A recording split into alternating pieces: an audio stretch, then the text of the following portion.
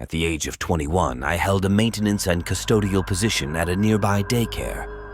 My responsibilities included handling trash disposal, arranging furniture for special events, conducting preventative maintenance, organizing supplies, cleaning and maintaining the facility, and ensuring a safe environment.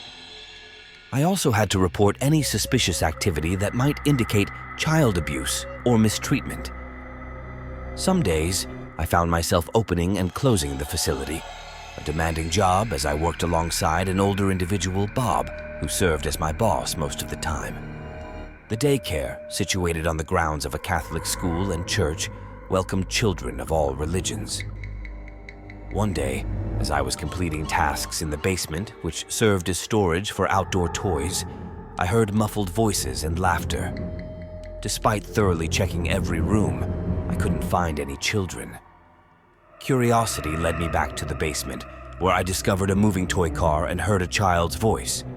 Startled, I called out, but the basement remained silent. Moments later, a plastic sound echoed, and I decided to contact Bob, who advised me to call the police. To my surprise, when the police arrived, there was no evidence of a child in the basement. Disturbed by the unexplained events, I quit my job shortly before Christmas, unwilling to face the unsettling basement again. In a recent incident at my apartment, I experienced a bizarre and unexplainable event.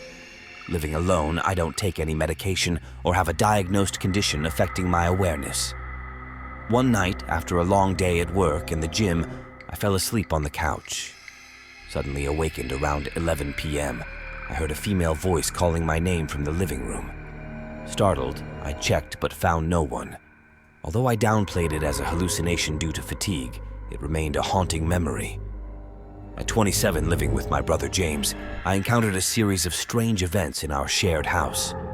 One night, while washing dishes, a plastic cup fell from the cabinet without explanation. The next day, alone during a storm, I heard the same cup fall again, followed by a mysterious creak in the floor above.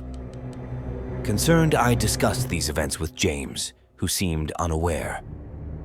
That night, I heard a tapping on my bedroom window, only to find no one outside. Unable to explain these occurrences, I reluctantly acknowledged a newfound belief in the supernatural. During a road trip, I stayed in a peculiar hotel where I experienced unexplained knocking on my door late at night. Despite checking the peephole and finding an empty hallway, the knocks persisted. The hotel clerk offered no assistance, claiming only one other guest was present. Resorting to headphones and a relaxation video to drown out the disturbances, I later saw a 10-foot-tall humanoid figure in my room, prompting a swift departure from the unsettling hotel. As a child, I encountered a mysterious laughter in my bedroom. Initially dismissing it, I later heard giggling coming from a vent in the corner. Investigating, I discovered a pair of eyes staring back at me through the vent.